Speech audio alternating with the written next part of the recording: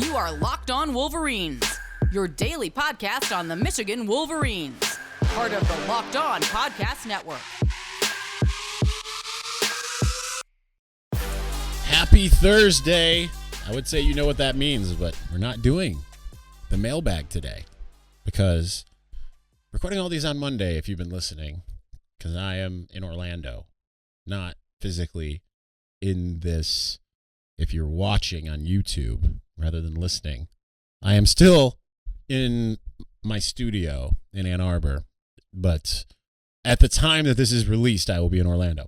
So anyway, Locked On Wolverines podcast, part of the Locked On Podcast Network, where it is your team every day. I am your man on the ground, Isaiah Holt, publisher of Wolverines Wire through USA Today Sports Media Group. And yeah, we are continuing on with my my Monday marathon of putting together podcasts early. So today we are going to get into the Michigan football schedule because we didn't do it last week because I couldn't breathe and it was just constantly coughing. So we are going to get into the schedule and give some cursory thoughts, and we're going to spend 20 plus minutes doing that because that's long overdue. I did a little bit of it in one of the mailbags, just kind of going through it. But let's get into it here. We'll do we got 3 segments, so we'll do 4 games at a time. And I'll just give you like my thoughts on how the schedule kind of breaks down for Michigan, and it's awesome, I think, for the Wolverines. And I'll give you my thoughts on win or loss, I guess, all that kind of stuff. So September 3rd, home game against Colorado State. Obviously, I have that obviously as a win. Colorado State has been a bad Mountain West team. They haven't been that great. It'll be interesting. George Hilo against his former team. But they come to Ann Arbor for the season opener. I kind of feel bad because they were not good last year, and they have to come to Ann Arbor to play a college football playoff team. I don't remember offhand what their defense was this last year. I do want to look that up real quick because that's where the things kind of get, So they were a middling defense. They were 63rd in the country. Did they play anybody of note this year? And unfortunately, things are kind of moving slow on the computer end here. But they didn't. They played Iowa, so that doesn't really. Iowa doesn't exactly have an offense. They only gave up 278 yards. They played Utah State, which is 24th team when they played them, 344 yards. But they did give up 477 yards to Wyoming, 511 to Air Force, 535 to Hawaii, and 528 to Nevada, all in successive weeks. So whereas their entire defense, aside from South Dakota State, who's obviously a really good FCS team in week 1, then they had like a 6-game stretch where everything was under 400, most of them under 2. Vanderbilt, they held under 400. They held New Mexico to 69 yards. Insane.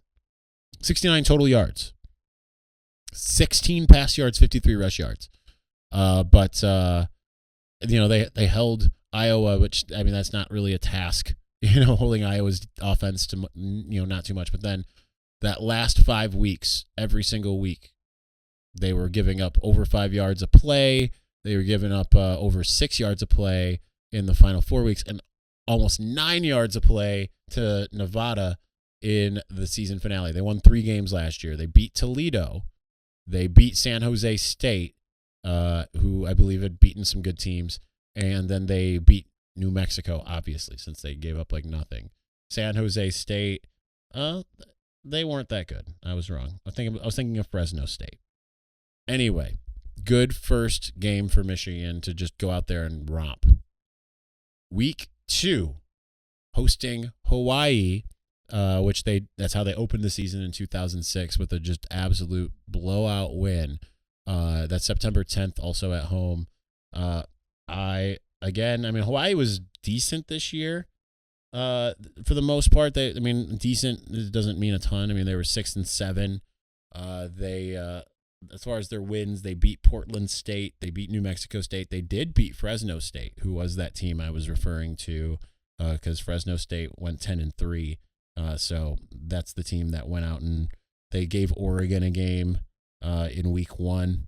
They only lost by 1. They beat UCLA when UCLA was considered to be like this really good team. They beat San Diego State. And then, so that's Fresno State. Hawaii beat them. Hawaii also beat Wyoming, and but lost to San Diego State, lost to Utah State. So it'll be interesting to see what Hawaii is. But the thing is, whenever Hawaii has to travel all the way across the country, usually does not bode well, right? It's like a 6-hour difference. If it's a noon game, sorry, Hawaii. But it's one of those things. Now, offensively, they have it in them sometimes to be pretty good. I'm not looking at the rankings, I'm just looking at what they put out, passing wise. I mean, against Colorado State, they had 400 yards passing. They had several 300-yard passing games, a couple 200-yard rushing games, not a ton. Defensively, it's kind of middling as well. They gave up almost 400 yards to UCLA in the opener. They got destroyed, especially on the ground. If you remember, Zach Charbonnet had like 5 touchdowns. It was insane. I think it was 3 actually, but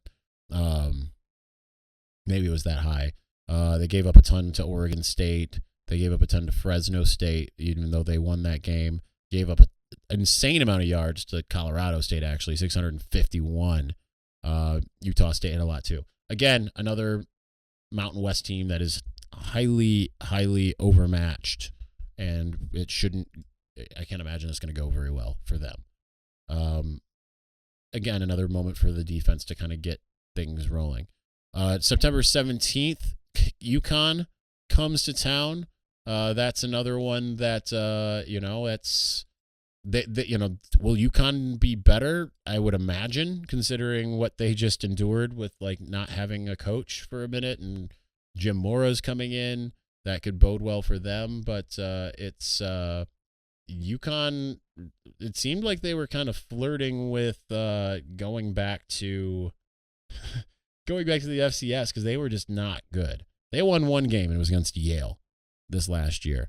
Will they be better than that? I would imagine. But I mean, the only games in which they were competitive were Holy Cross, Wyoming, which is actually impressive, Vanderbilt, okay, Yale, they won, and that's it.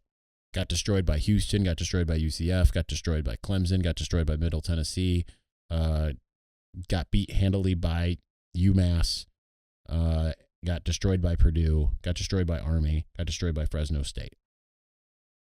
Lost to Holy Cross, by the way. Lost to Holy Cross. They very well could be better, because Jim Mora is a very good coach. Obviously, he coached in the NFL, coached well at UCLA. His father's all about playoffs. Whereas I think of Jim Mora, I think of him as looking kind of like Papa John, and that commercial, and it was like for NFL Network, and saying, "I smell Emmy."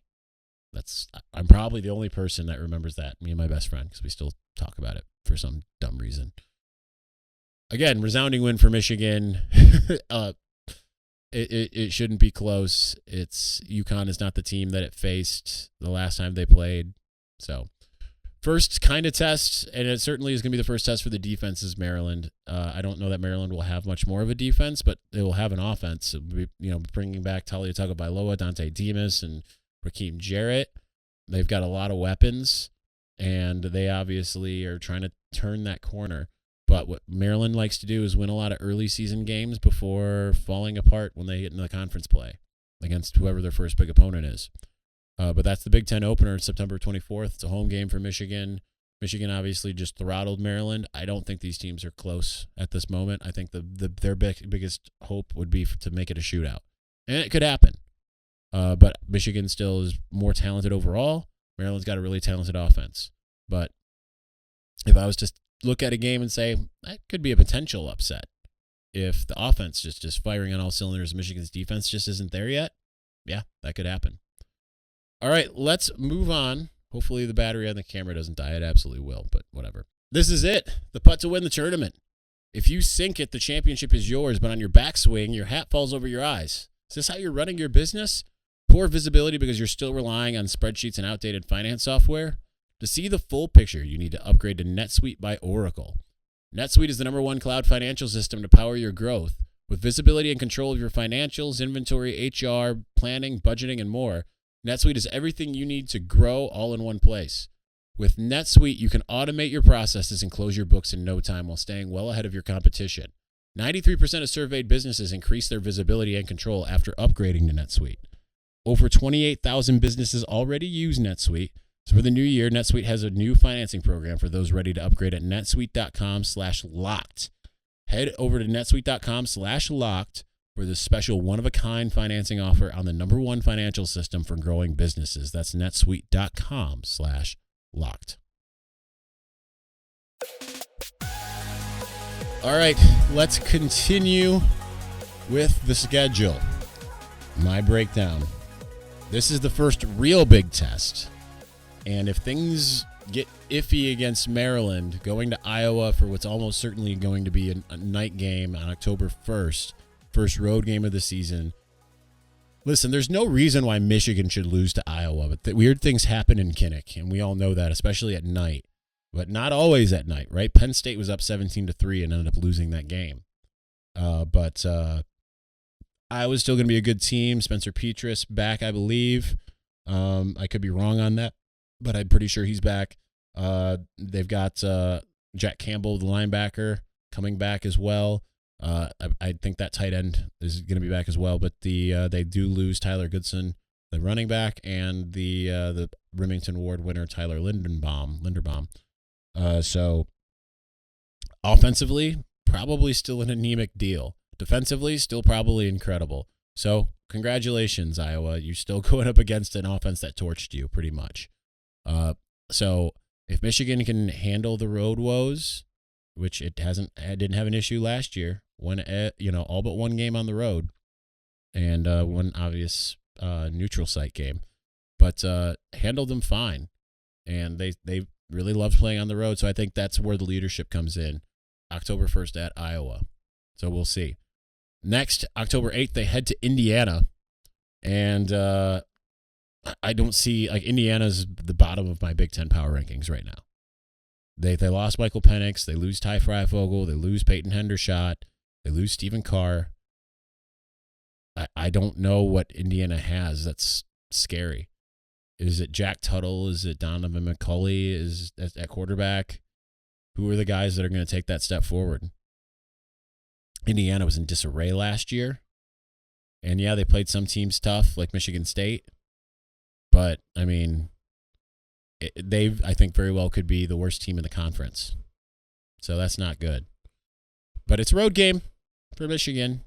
Could it be like one of those old road games at Indiana? Maybe. We'll see. October 15th, perhaps the toughest game on the schedule outside of Ohio State, even though I had Michigan winning this game. I don't know why this was the one I had them winning, but Penn State. But they host Penn State. Sean Clifford coming back. They did lose Noah Cain to the transfer portal. He went to LSU.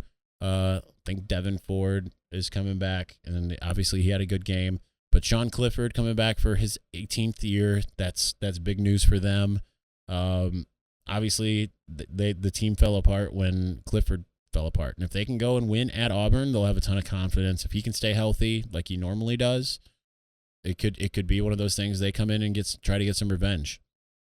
Again, their defense should be tough. I think the offense for Michigan, it handled them enough last year with the same pieces on the road. I expect similar at home.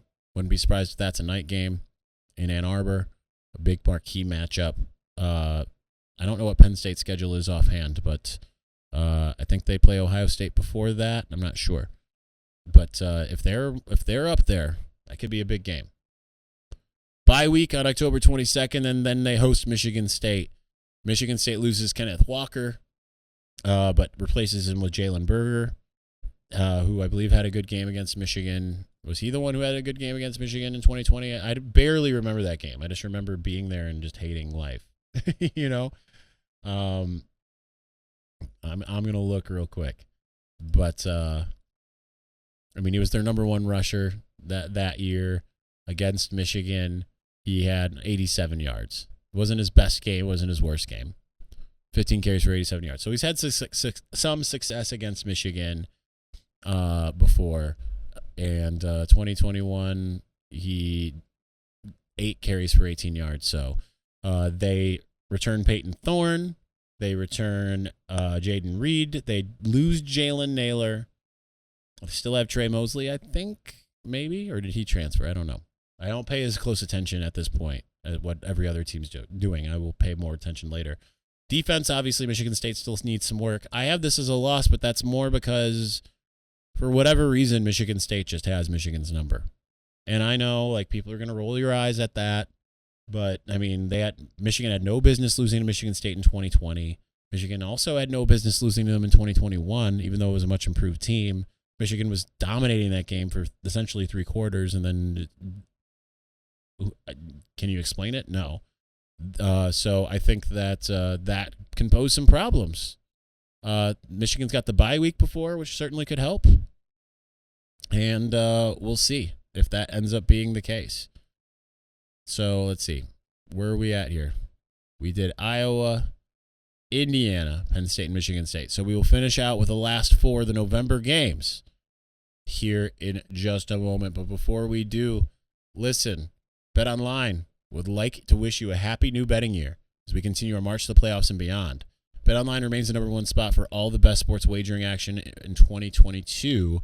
New year, new updated desktop and mobile website. So sign up today. Receive that 50% welcome bonus with your first deposit using the promo code LOCKEDON.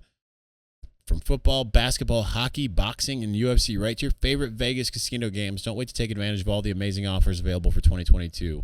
BetOnline is the fastest and easiest way to bet on all of your favorite sports. BetOnline, where the game starts.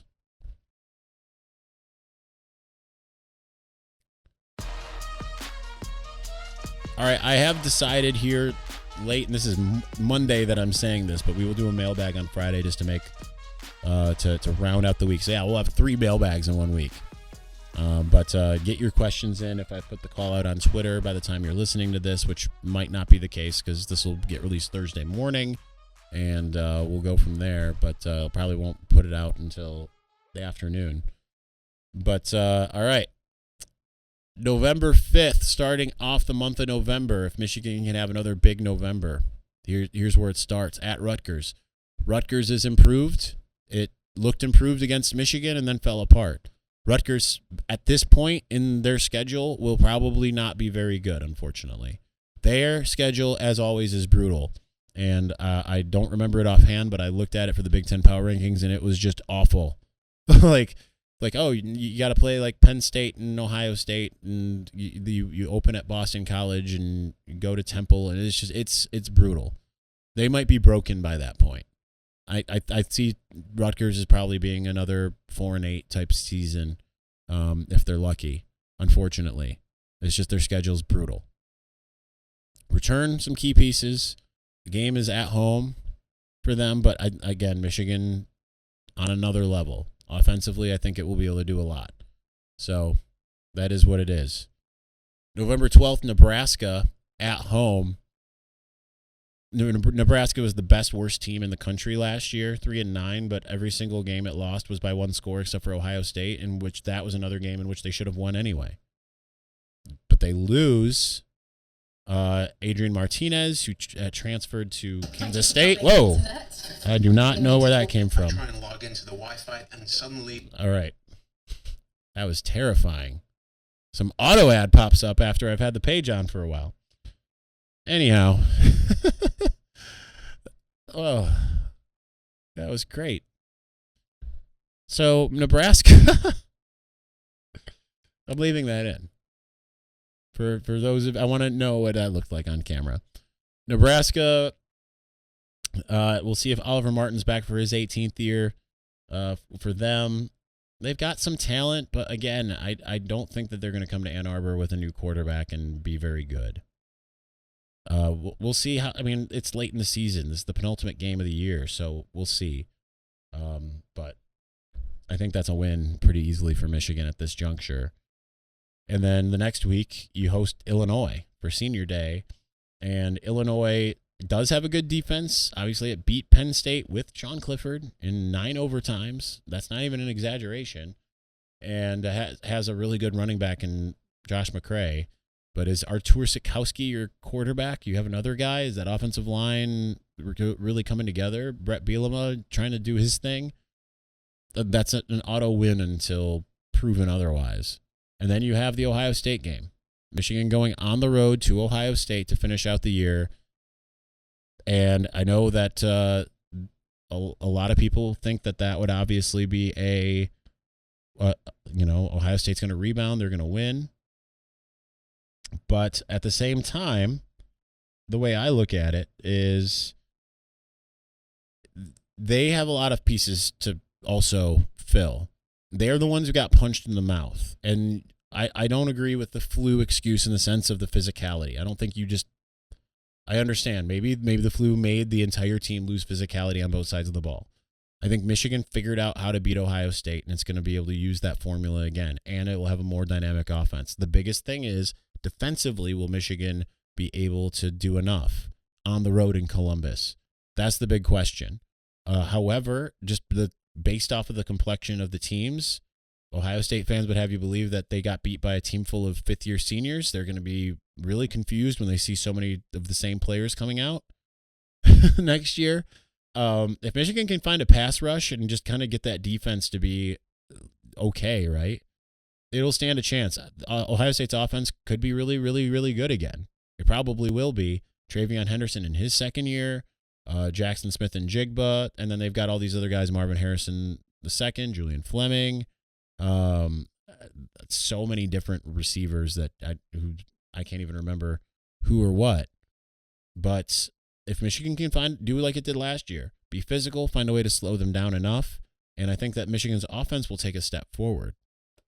I think Michigan has a really good shot at repeating, especially if they do like they did and put the onus on. And I think the pressure will be entirely on Ohio State. Normally the pressure is on Michigan. I think the pressure will be 100% on Ryan Day and Ohio State. And I think that will play to Michigan's advantage. All right, that's going to do it for us. Again, mailbag on Friday. Get your questions in when I've put the call out on Twitter, or DM me or hit me up on Instagram. Do not text me if you somehow found my phone number, because you're going to get blocked. Yes, that happened. Random texted me, and you're never, ever, ever going to get to be in the mailbag like that. Unsolicited, somehow found my phone number. All right, anyway, that'll do it. Thanks for watching and or listening. We'll talk soon. Peace.